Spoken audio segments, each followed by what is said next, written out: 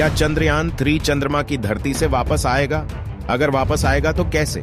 क्या इसरो ने वापस लाने का बनाया है कोई प्लान, या चंद्रमा की धरती पर ही रह जाएगा हमारा चंद्रयान?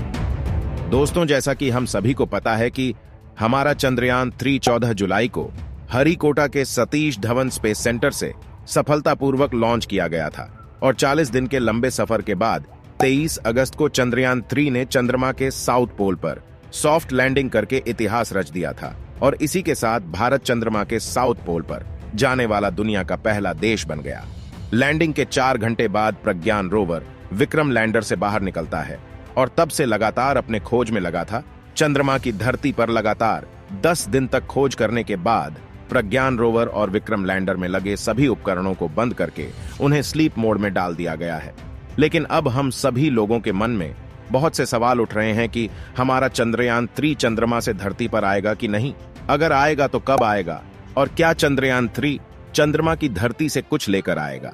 दोस्तों, आज इस वीडियो में इन्हीं सब सवालों का जवाब जानेंगे। लेकिन उससे पहले अगर आप भी इसरो के वैज्ञानिकों को सपोर्ट करते हैं तो वीडियो को लाइक कर दीजिए और कमेंट में जय हिंद लिख दीजिए। दोस्तों, आपको बता दें कि चंद्रमा पर सफलतापूर्वक लैंड करने वाला भारत दुनिया का चौथा देश है। भारत से पहले चंद्रमा पर रूस, चीन और अमेरिका जा चुका है। ये देश चंद्रमा पर सफलतापूर्वक लैंड ही नहीं किए, बल्कि वहां पर कुछ समय बिताने के बाद अपने यानों को धरती पर सुरक्षित लैंड भी कराए हैं। तो चलिए पहले जानते हैं कैसे अमेरिका और चीन ने अपने यान को चंद्रमा से सुरक्षित पृथ्वी पर लैंड कराए थे। दोस्तों, जिस तरह चंद्रयान 3 चंद्रमा के साउथ पोल पर जाकर इतिहास रच रहा है और पूरी दुनिया में चर्चा का विषय बना है, उसी तरह 54 साल पहले अमेरिका का अपोलो 11 मिशन चर्चा का विषय था। उन दिनों रूस और अमेरिका में स्पेस एक्सप्लोरेशन को लेकर रेस चल रही थी। दोनों देश किसी भी तरह से अपने आप को स्पेस की दुनिया में नंबर 1 पर रखना चाहते थे। लेकिन उस समय दुनिया का सबसे शक्तिशाली देश अमेरिका रूस से अंतरिक्ष अभियानों के मामले में पीछे चल रहा था।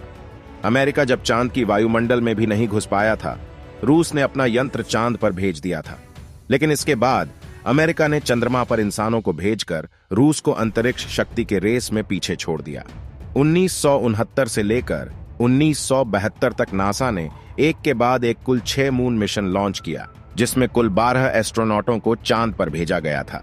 20 जुलाई 1969 का दिन मानव इतिहास के लिए खास माना जाता है। ये वो दिन है जब चंद्रमा की धरती पर पहली बार किसी इंसान ने कदम रखा था। नील आर्मस्ट्रांग वह पहले इंसान है जिन्होंने चंद्रमा की धरती पर कदम रखकर इतिहास रच दिया था। इसके बाद उनके साथ गए बज एल्ड्रिन ने चंद्रमा पर दूसरा कदम रखा था। यह तो सभी जानते हैं कि चीन और अमेरिका चांद पर कैसे गए थे, लेकिन यह किसी को भी नहीं पता है कि वह धरती पर वापस कैसे लौटे थे।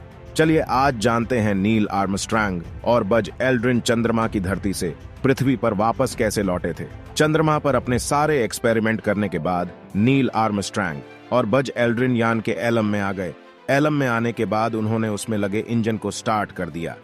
एसेंट इंजन डिसेंट पार्ट को चंद्रमा की धरती पर छोड़कर आगे बढ़ने लगा। क्योंकि डिसेंट पार्ट की अब कोई आवश्यकता नहीं थी, इसलिए उसे चांद पर ही छोड़ दिया गया। एसेंट इंजन को ऐसे बनाया गया था कि वह भार में काफी हल्का था और चांद के वातावरण से निकलने भर का ही थ्रस्ट पैदा कर सकता था। जैसे अभी चंद्रयान 3 में प्रोपल्शन मॉड्यूल चांद का चक्कर लगा रहा है और विक्रम लैंडर प्रज्ञान रोवर को लेकर चंद्रमा की धरती पर रिसर्च करने के लिए गया है। चंद्रयान मिशन में जिसे प्रोपल्शन मॉड्यूल बोला जा रहा है, अपोलो 11 मिशन में उसे CSM बोला जा रहा था। CSM पहले से ही चांद का चक्कर लगा रहा था। जैसे ही एसेंट इंजन CSM के पास आया, दोनों आपस में जुड़ गए। CSM और एसेंट इंजन के जुड़ने के बाद दोनों अंतरिक्ष यात्री नील आर्मस्ट्रांग और बस एल्ड्रिन CSM में चले गए और CSM का दरवाजा बंद कर लिया गया।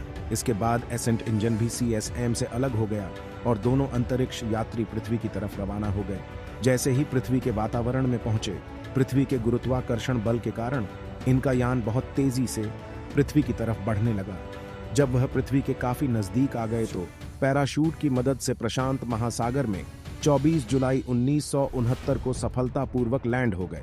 इसके बाद जहाज के माध्यम से उन्हें प्रशांत महासागर से निकालकर नासा के स्पेस सेंटर पर लाया गया और कुछ समय के लिए इन्हें क्वारंटाइन कर दिया गया। नील आर्मस्ट्रांग को चंद्रमा से पृथ्वी तक आने में 3 दिन का समय लगा था।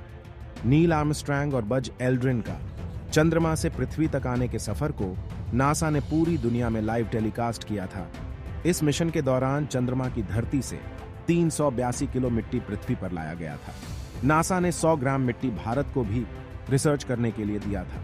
चलिए अब जानते हैं चीन का स्पेसक्राफ्ट चेंज I-5 चंद्रमा से पृथ्वी पर कैसे आया था। आपको पता होगा कि अमेरिका ने अपने अपोलो 11 मिशन के दौरान चंद्रमा पर अपने झंडे को फहराया था और चंद्रमा पर अपना झंडा गाड़ने वाला पहला देश बन गया था।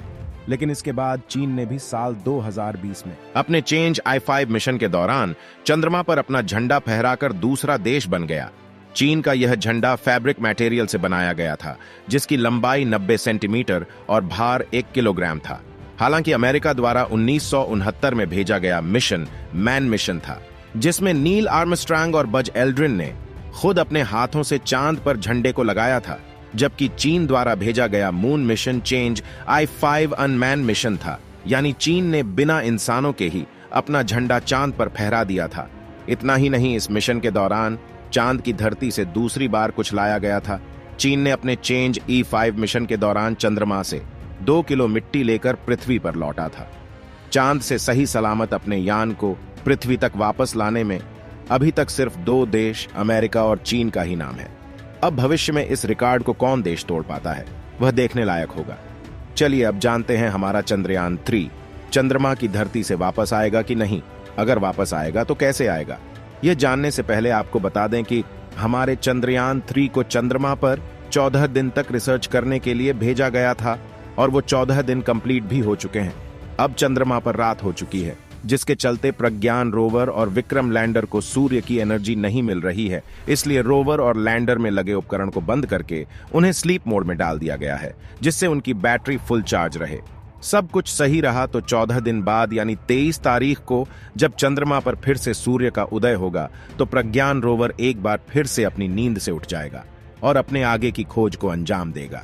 इन 14 दिनों में प्रज्ञान रोवर और विक्रम लैंडर ने कई महत्वपूर्ण खोजों को अंजाम दिए हैं, जिसमें चांद की सतह के टेम्परेचर को पता लगाया गया है, चंद्रमा की मिट्टी में उपस्थित तत्वों को खोजा गया और चंद्रमा पर आने वाले भूकंप को भी मापा गया है।